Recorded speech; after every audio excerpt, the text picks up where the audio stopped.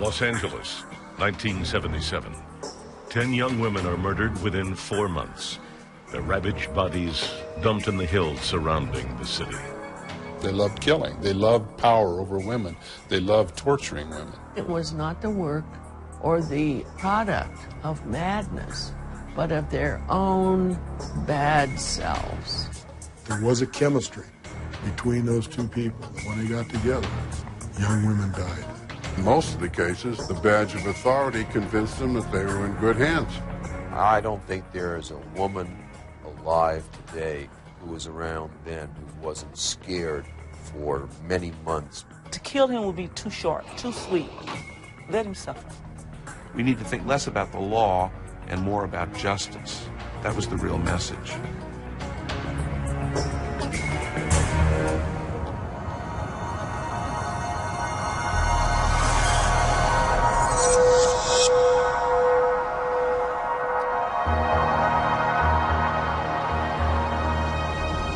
In the early morning hours of November 1st, 1977, a car wound its way into the hills north of Los Angeles to the tiny town of La Crescenta. The car stopped on a quiet residential street. The dead body of a teenage girl was placed carefully on the grass near the curb. Then the car sped off. But 5:30, 6 in the morning, got a call at home, said that we had a case, that it was a female, it was a dump, was in La Crescenta, and that it may be an overdose. I remember that specifically. It was no overdose. The girl, who seemed to be about 16, had been strangled. You could see the ligature marks on her neck, and you could see the ligature marks on her ankles, and eventually you could see them on her wrists also. Detective Salerno noticed that the shrubbery near the corpse had been slightly disturbed. Otherwise, the body had been placed with care. One of my first impressions when I saw that was, and the way she was placed, was that she had been placed there possibly by two people. The police lab determined that the unidentified teenager had been raped and sodomized. A tiny tuft of white fiber was lifted from one eyelid. The sheriff's department drew a composite of the girl. Suspecting that the victim was a runaway, Detective Salerno focused his search downtown on Hollywood Boulevard. The girl was soon ID'd as Judy Miller, a part-time hooker who had disappeared from her family's squalid apartment several months earlier. Salerno notified the other homicide departments in vast L.A. County, describing the pattern of 5 ligature marks found on the teenager, around her wrists, her ankles, and the fatal one around her neck. 5 days later, on November 6th, the Glendale police called. The body of a young woman named Lissa Keston had been found in the woods near Chevy Chase Country Club. She, too, had been strangled. Salerno met the Glendale detectives at the morgue, where they compared the marks on the bodies of Lissa Keston and Judy Miller. The ligature marks were almost identical. All you had was 2 different bodies. So at that point, we knew we had to start of something. Soon there were more corpses to compare. A week later, on November 13th, 2 young girls boarded a bus home from the Eagle Rock Plaza Mall. The bus made its way to York Boulevard. 12-year-old Dolores Cepeda and 14-year-old Sonia Johnson got off. A young passenger would later remember seeing the girls peering into a 2-tone sedan. The 2 never made it home. All that night and the following week, the girls' parents and teachers searched for them. Their strangled and raped bodies were found a week later, on November 20th, when a teenage boy noticed what he thought were 2 mannequins lying in a trash heap on a hillside in the Elysian Valley. They were victims number 3 and 4. Number 5 was discovered the same day. 20-year-old Christina Weckler was found under a tree in a secluded neighborhood in Eagle Rock. LAPD Detective Bob Grogan was assigned the Weckler case. he saw that Christina's ankles, wrists, and neck all bore faint purple bruises where a cord had been tied. Detective Grogan could not help feeling a personal connection to the case. She was approximately the same age as my daughter, so there were a lot of feelings of similarity between connecting my daughter with Christina, and that kind of affects you in terms of your emotions. By Thanksgiving, 2 more victims had been identified. 28-year-old Jane King had been found near an exit ramp off the Golden State Freeway. 20-year-old Yolanda Washington's body was discovered near the Warner Brothers studio lot. It was now undeniable that the 7 stranglings were linked. Police notified the public, and panic gripped Los Angeles. A 30-man task force was created to find the killer or killers. We don't have any indication what type of suspect we're dealing with, or a description of a suspect. That description came on November 29th, after Lauren Wagner's body was found in the Mount Washington section of L.A. She was on her way home about 10 o'clock. Neighbors saw her taken from her automobile right in front of 2 doors down from our house. 2 men took her in a big dark car with a light top and took off. Detective Grogan found burn marks on Lauren's hands, evidence of some kind of torture. But her body, like the other 7 victims, showed no defense wounds. Clearly, these women had trusted their killers. That fact, and the description of 2 men driving a large black and white vehicle, led detectives to believe that there were 2 stranglers posing as police officers.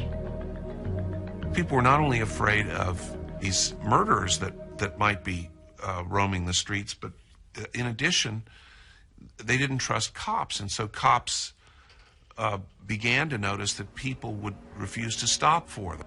The whole city was freaked out. This was unprecedented at that time in L.A.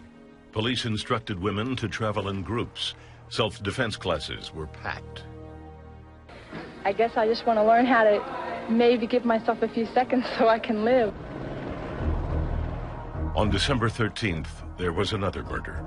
On a vacant hillside, just blocks from where 2 of the other victims had been dumped, lay the body of 17-year-old Kimberly Martin. She had been placed obscenely, with her spread legs pointing almost directly at City Hall in the distance. Everything they did was symbolically expressive of what the motives were, including, of course, leaving the bodies in the way that they did in public view. That's a sense of power over the public, over these ordinary people out there who are going to be shocked by this. The task force grew. Now nearly 100 officers were working the case. They were desperate for a break. 9 young women had been strangled. The pressure from working a job like this doesn't come from your boss, and it doesn't come from the sheriff, it doesn't come from the chief of police or the mayor. It comes from you, comes from within. I was getting to be a 5th Scotch guy dead. Because after a while, you can't see the forest from the trees. You get so close to the investigation, Jesus Christ, man, you can't see nothing. Their frustration reached a new height when on February 17th, 1978, a Forest Service helicopter spotted an orange Datsun off a cliff along the Angeles Crest Highway. In the trunk lay the body of 20-year-old Cindy Hudspeth. Around her neck, wrists, and ankles were the 5 now familiar ligature marks. I remember going out to the crime scene with Frank, and like we were both looking at each other and said, well, we didn't learn anything. The only evidence we had as a result of these 10 murders was a tuft of fiber from the Judy Miller case. We had a clump of fibers from the Wagner case, so we virtually had nothing. It had been 4 months since the first strangling victims were discovered. The spring and summer of 1978 came and went. No more victims were found, nor were the stranglers. During the Hillside Strangler investigation, police feared they were searching for 2 of their own. LAPD officers who had gone bad and were using their authority to trap their victims. But in fact, The Stranglers were not policemen. They were two cousins driven by a pathological need to dominate women.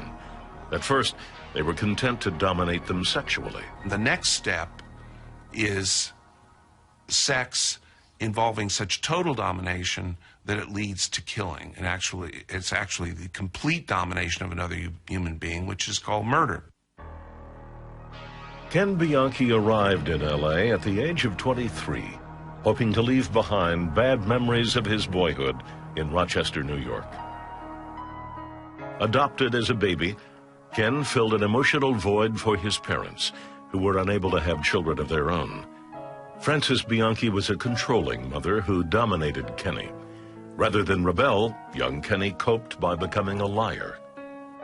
He also stole as a kid, so that from age 6 to 15, he had established a record of manipulativeness, lying, theft, breaking the rules, and yet being bright enough and cunning enough to con people. As a teenager, Ken was arrested for breaking in a girl's bedroom window after she refused to see him. At the police station, his apology was so convincing that she dropped the charges and forgave him. One of Ken's childhood fantasies was to become a police officer, but he failed various entrance exams and got a job as a security guard instead. He would steal the merchandise he was assigned to protect. A failure in Rochester, Ken Bianchi moved to Los Angeles in 1975. He spent his first few months in L.A. living with the only person he knew, his older cousin, Angelo Bono. Bono lived in the suburb of Glendale, and at 42, had a successful business reupholstering vintage car interiors. Angelo's trim shop was not Bono's true passion. He was obsessed with teenage girls. At the house, it was a perpetual orgy. Bono's wallet was filled with class pictures signed "Love Ya, Dawn," or "Angelo, you're the greatest." And apparently, he was involved with any number of these. Bono's sexual appetite was insatiable and violent. Twice divorced, his former wives claimed he had tied them up and raped them. His young lovers were routinely pressured into anal sex. This is a person who is very primitive.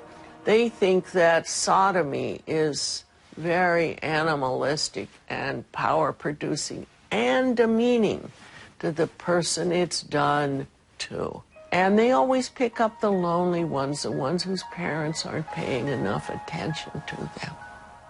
Bono's sexual perversity began at a young age.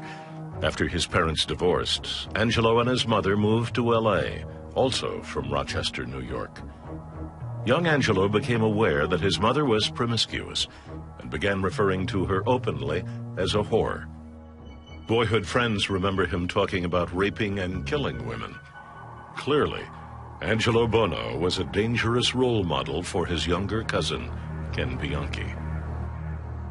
When Bianchi met Bono, it was a guy with a lot of pent-up anger toward women, who meets a guy who's openly displaying the aggressive, painful, sadistic aspects of sexuality. And it was a meeting of a pair of cousins from hell, so to speak. Ken Bianchi was impressed with the steady stream of girls who came in and out of Angelo's house.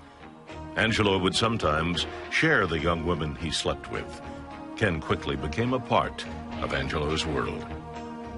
Bianchi eventually got his own apartment. He applied and was rejected from the LAPD reserves, and he held a string of inconsequential jobs. The only constant in Ken's life in LA was Angelo. 2 years after Ken had come to Los Angeles, the two cousins decided they could make money from their sexual lifestyle. Bianchi, the con man, would set it up. In the summer of 1977, Ken met 16-year-old Sabra Hannon at a party. He told her that he had connections in the modeling business and could guarantee her work. It was a lie. He and Angelo bought her clothes and accessories that she could not afford, and when no jobs turned up, The two suggested that she could pay them back by turning tricks in Angelo's spare room. When Sabra refused, Angelo told her he had mob connections and would kill her if she tried to escape. A month later, they recruited another teenage girl. Neither one was paid, and they were raped by Ken and Angelo when not with clients. The line between that kind of behavior and the Hillside Stranglings themselves is so thin as to be almost non-existent. It's inevitable that the next step is going to be taken. That step was taken weeks later, when the pimping operation fell apart. Both Sabra and the other girl ran away. The cousins were furious and planned to recruit new girls.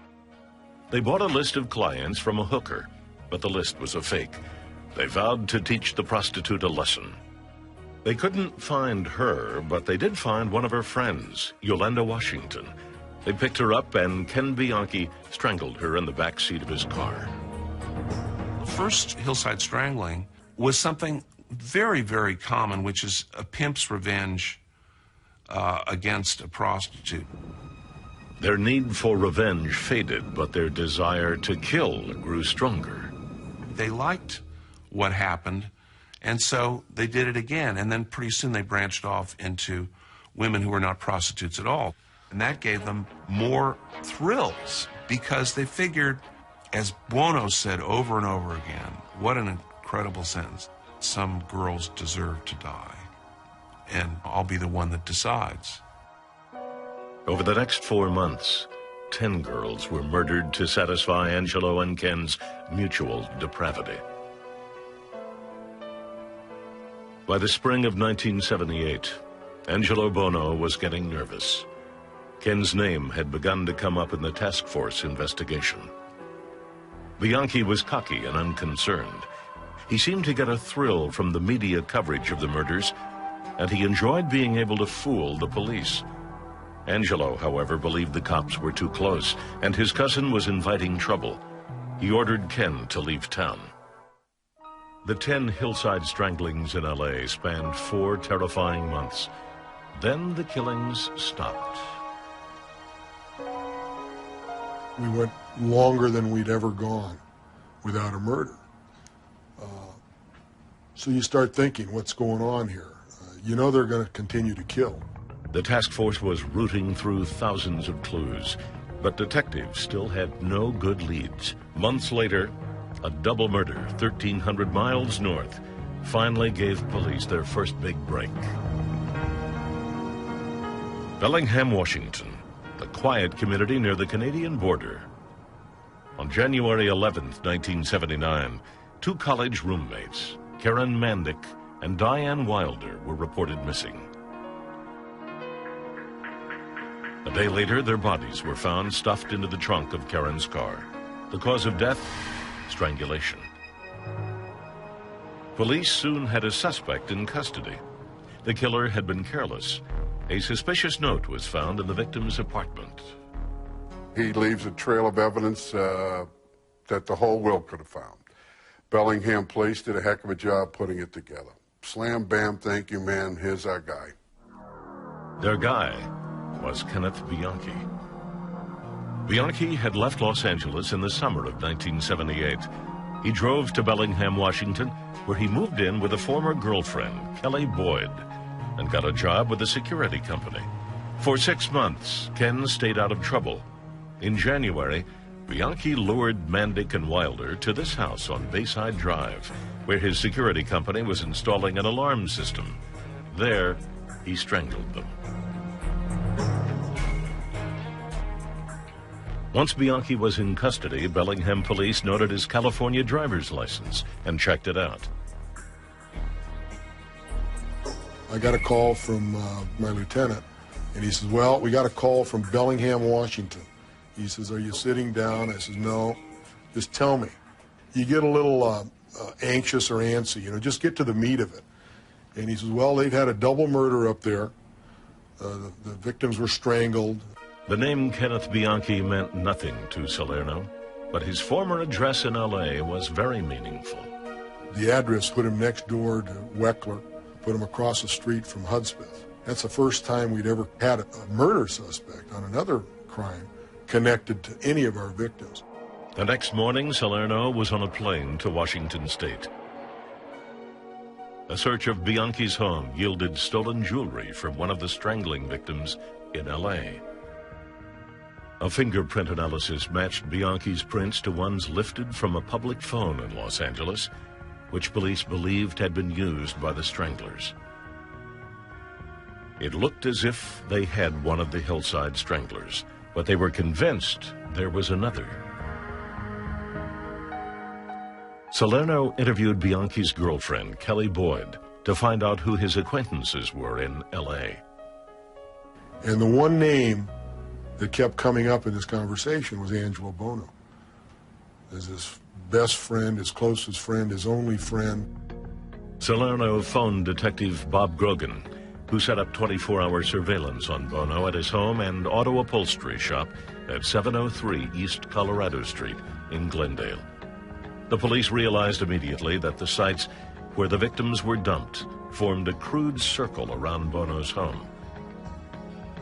Up in Bellingham, Ken Bianchi remained strangely calm as the evidence against him grew.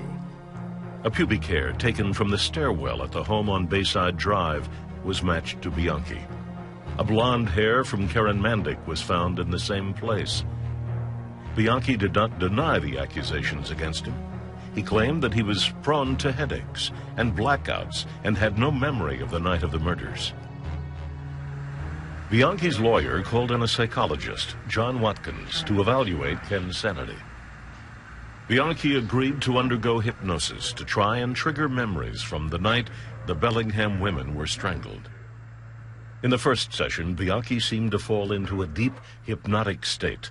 A violent personality named Steve Walker emerged, who talked openly about Angelo Bono's involvement in the L.A. murders. This broad I'd never seen before. Robinson says. This broad I killed. These two Angelo killed. Wexler. Johnson. This one I'd never seen before. Angelo killed, huh? This one I'd never seen before. This broad I killed. Barcombe you never seen before. This Caston is the broad you killed, you say. Am I going too fast for you? Okay. There should be more people in the world like Angelo. This personality named Steve that he invents is his idea of Angelo Bono. Gruff, tough, the guy that in some ways Bianchi wanted to be but couldn't because he thought of himself, I think, as a wimp. Back in L.A., Bob Grogan decided to pay Angelo Bono a visit. For nearly an hour, Angelo badmouthed his cousin. I'll never forget he made the statement. It wouldn't surprise me if he killed anybody. I almost choked, you know. I mean, that was, pretty good. For Bob Grogan, the past 15 months had been the toughest of his career. He was fed up. I kind of lost my patience with the guy, and I kind of grabbed him around the neck and slammed him against the wall in violation of all the rules of police work and procedures. God forgive me. But I just couldn't stand the guy anymore. And I says, you know something? When I come back to see you next time, you son of a bitch, I'm coming back with handcuffs. And I walked out of there before I just knocked him out. In Bellingham, there were more hypnosis sessions. Dr. Watkins concluded that Bianchi suffered from multiple personality disorder and was unfit to stand trial. Frank Salerno observed these sessions and came to his own conclusion. I said, a case of bad acting, and this is bullshit. The state had its expert, Dr. Martin Orrin. He sent Bianchi's Rorschach tests, as both Ken and Steve, to Dr. Margaret Singer at UC Berkeley for her opinion. I wrote Dr. Martin Orrin a reply saying, this pair of records are both from one guy, and he is a psychopath. And in one of these Rorschach records, he's just being his everyday psychopath self.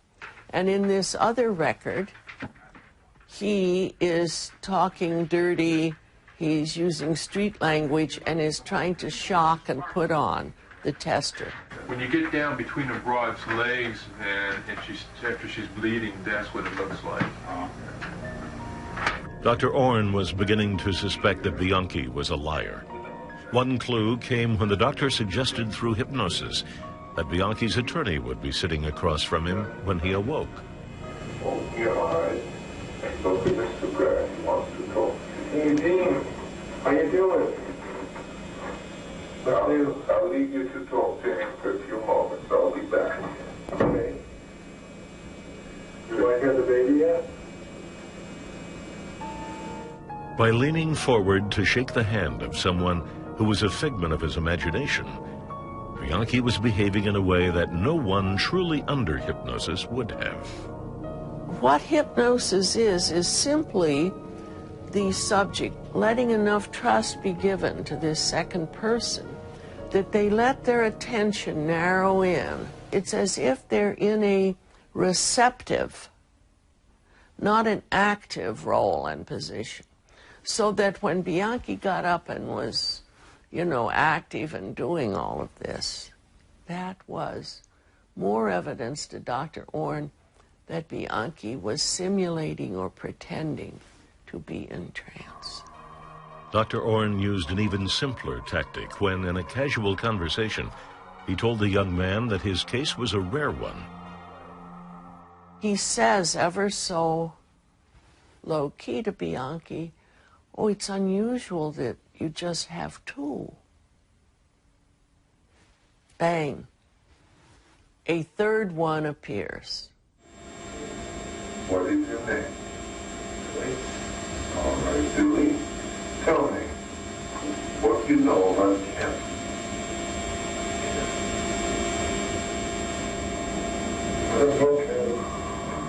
Dr. Orn concluded that Bianchi was faking his multiple personality disorder.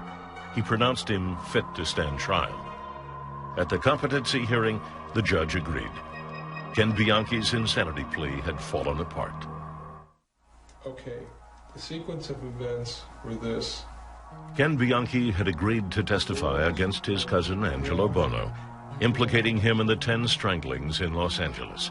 He would confess to his part in the murders in exchange for his life. The toughest part of the job is to make deal with scumbags like this, but you got to do it. The prosecution needed Bianchi because they had no physical evidence to link Bono to any of the murders in L.A. When detectives had searched Bono's home, they couldn't even find a fingerprint. He was a neat freak. He was extremely tidy. Everything was arranged perfectly. And this is a key not only to his mentality, but also to why it was so difficult to catch them, because Bono was so careful to tidy up afterwards and not to leave any evidence. Detective Salerno, Bob Grogan, and the rest of the lead investigators sat down to get Ken Bianchi's story. Ken told police that in the spring of 1977, Angelo had come up with the idea of recruiting Sabra Hennon for prostitution. He wanted to get her into an alcohol service. He knew some people, some guy that owned a paper company that used to hold card parties. The guy used to have girls go in there to trick during the party, and he wanted to run Sabra to that.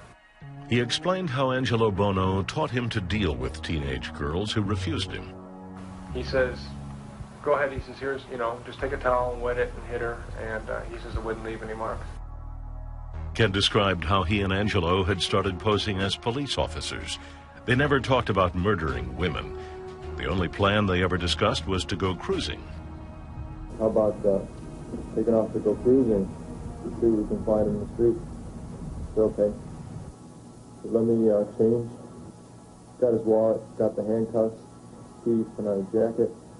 We left the house. It's probably around 10:30. Okay, now every time that you and Angela got together and cruised, somebody got dead, huh? Most of the time, yeah. When they began the scam, they cruised Hollywood Boulevard. A month into their killing spree, they noticed that police had saturated the area, so they moved out to the San Fernando Valley, looking for girls who were alone. Bianchi was always the guy doing the talking because Bono come across as a dumb dodo, and he couldn't sell anything to anybody. So Bianchi, being the smooth guy, always give him the line and try to convince him that, we're the police, we're doing an investigation. After the girls had been picked up, they were taken back to Bono's house, where they soon realized they were not dealing with cops, but killers. And I set her down in the brown in the chair. She was very, very scared. She then put the handcuffs on her with her hands behind her back, me holding one arm and him holding the other. She says, "Oh, let me go, don't hurt me." Each girl was gagged and tied up with materials from Bono's shop. They used a foam padding to blindfold their victims. It's kind of a loose material. There's the foam that's like a sponge, and then there's the white kind. Stuff that's like cotton candy. That's the stuff. Then they would take turns raping the women in Bono's spare bedroom. When the cousins were finished, the girls were killed. I said, "Did you tie her lace again?" He said, "No." He says, "She's not going anyplace." He said, "Well," he says, let's go untie her and let's do it." They took their time strangling the young women, routinely bringing them to the brink of death before releasing the ligature and reviving them. Her actions became sluggish. She wasn't struggling as much. Her breathing slowed and then finally stopped. It's a rather personal thing to take your hands or take a ligature or a rope and put it around somebody's neck and choke the life out of them. These were two very sadistic killers. As the spree continued, the cousins became more vicious as they tried out different torture methods. Ken told detectives that Christina Weckler was not strangled to death. She died of gas asphyxiation. She was brought out to the kitchen and put on the floor, and her head was covered with a bag, and the pipe from the newly installed stove, which wasn't fully installed yet, was disconnected, put into the bag, and then turned on. It gets even more perverse at victim after victim after victim. For example, you then go to Lauren Wagner, who's put into a chair and electric wires are put into her hands to see how she'll react to the current. When his confession was over, detectives did not hide their disgust. Just so you know where you and I stand, it really galls me to spare you your life. The only reason we're going through this bullshit, as far as I'm concerned, is so that we can lock you and Angelo both up forever. You believe in God? Yes, I do. You believe in hell? Yes, I do. Some form of punishment. Better. Bianchi's account of the murders was as detailed as it was dispassionate. The materials that police had confiscated from Bono's shop now took on new meaning.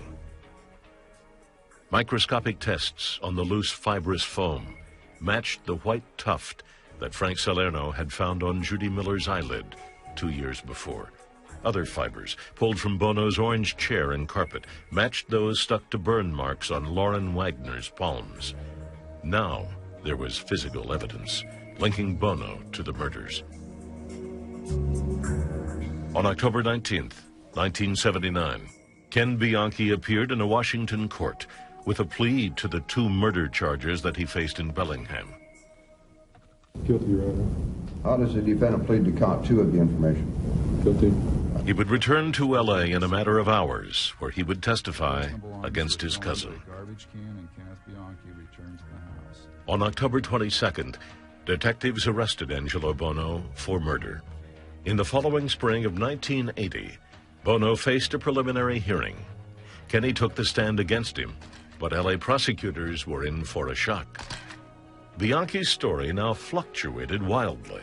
At times, the state's star witness described the killing spree in detail. At other moments, he claimed to have no knowledge of the murders at all. After 3 months of Bianchi's contradictions, the prosecution was at its wit's end. Physical evidence against Bono had taken shape, but Judge Ronald George had ruled that Bono's abusive sexual past and Bianchi's taped confessions were inadmissible in court. These rulings would force the prosecution to rely even more heavily on Bianchi's testimony.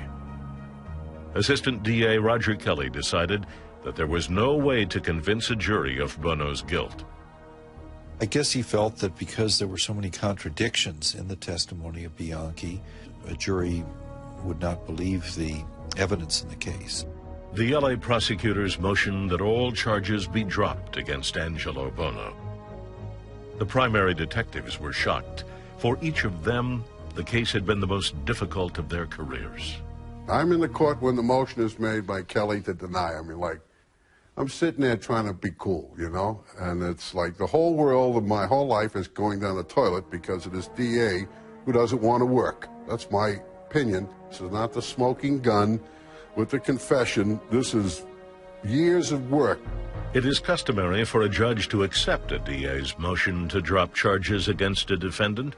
No judge would force a prosecutor to try a case he felt he couldn't win. On July 13, 1981, LA prosecutor Roger Kelly filed a motion to dismiss all murder charges against Angelo Bono. 1 week after the DA's motion to dismiss the case, Judge Ronald George was ready to rule on it. Angelo Bono sat with his attorneys and waited to be released. Judge George launched into his ruling, and after some minutes it was becoming clear that Angelo Bono wasn't going anywhere. Very shortly into it that wait a minute, the words he's using and what he's saying here, this is not going to be a dismissal. If it is, it's going to be the strangest dismissal I ever heard, because he's building a case. That was probably one of the most difficult decisions I've had to make in 25 years as a judge.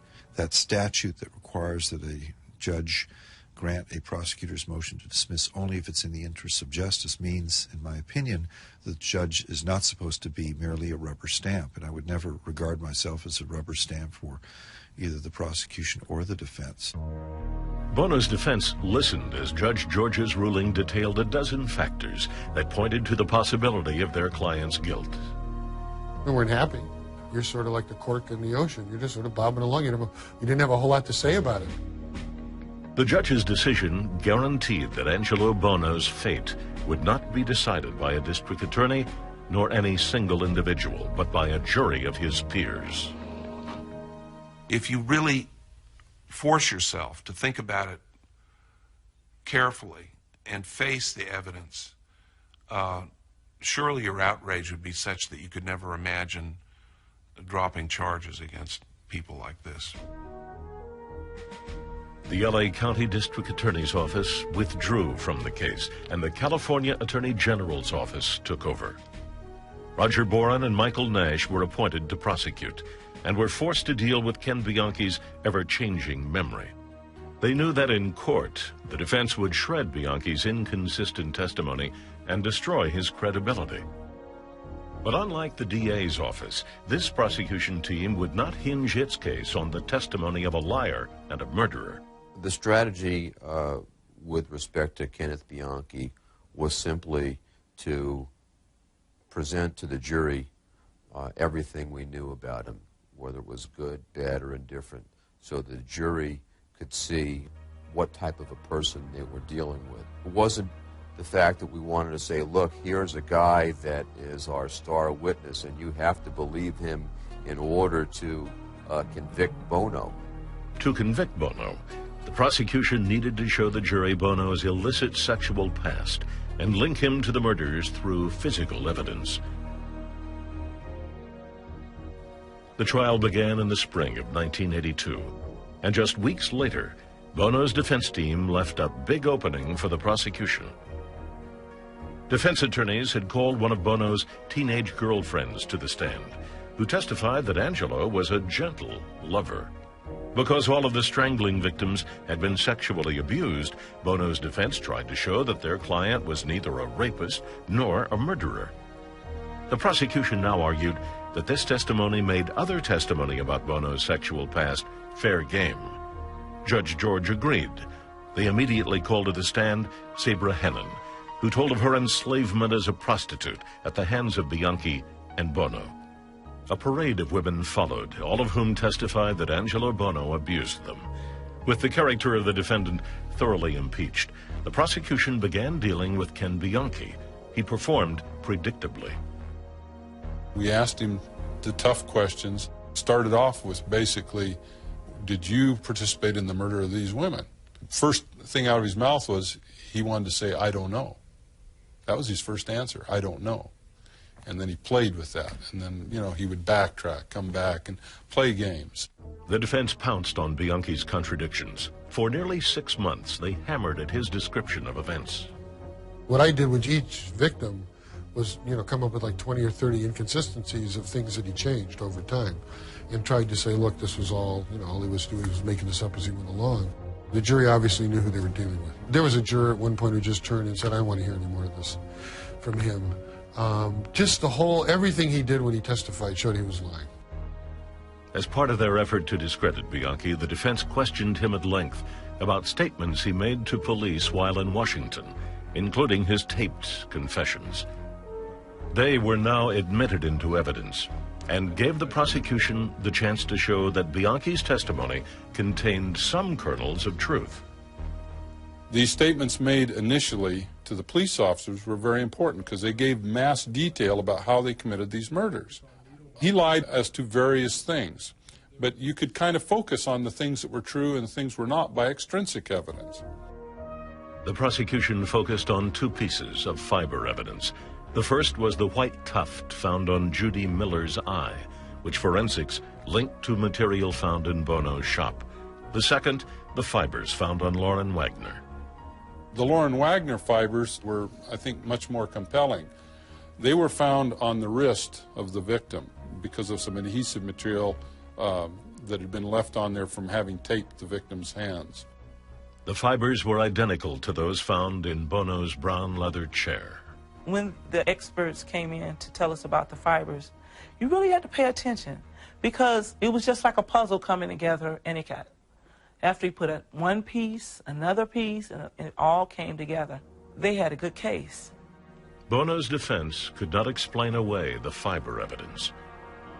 The state's most effective demonstration was still to come. The jury was loaded into vans and driven to the sites where the Stranglers' victims were dumped. Police had established that the dump sites surrounded Bono's house. The tour showed that the remote locations could only be found by someone intimate with the area. The jury heard testimony linking Bono to each place. When we were on the travel going and checking out the different hillsides and things like that, it really kind of put it together. Seeing the actual sites and seeing what it took to get the bodies there in those particular spots, that they were just crafty and their minds were just gone. A total of 400 witnesses testified for the prosecution. Throughout thousands of hours of damaging testimony, Bono sat unmoved. He sat there with a solemn face all the time, and his hand under his chin. Never a smile, never a frown, just the same solid stone face all the time. On October 20th, 1983, the jury began deliberating. 11 days later, exactly 6 years after Judy Miller's body was found, Angelo Bono was convicted of murdering Lauren Wagner. In the next 4 weeks, the jury handed down 8 more guilty verdicts. On January 9th, 1984, Angelo Bono was sentenced to life in prison without the possibility of parole. The jury had decided to spare his life. The way that he made the girls suffer and the way that he killed them slowly and the part he played in it, to kill him would be too short, too sweet. Let him suffer. Let him stay in jail the rest of his life. Ken Bianchi, as part of his plea bargain, also received a life sentence. In the end, the judge felt the two were lucky. I would not have the slightest reluctance to impose the death penalty in this case were it within my power to do so. Ironically, although these 2 defendants utilized almost every form of legalized execution against their victims, the defendants have escaped any form of capital punishment. I considered it, one of the worst crimes imaginable, and that the persons deserved the most severe punishment available under the law.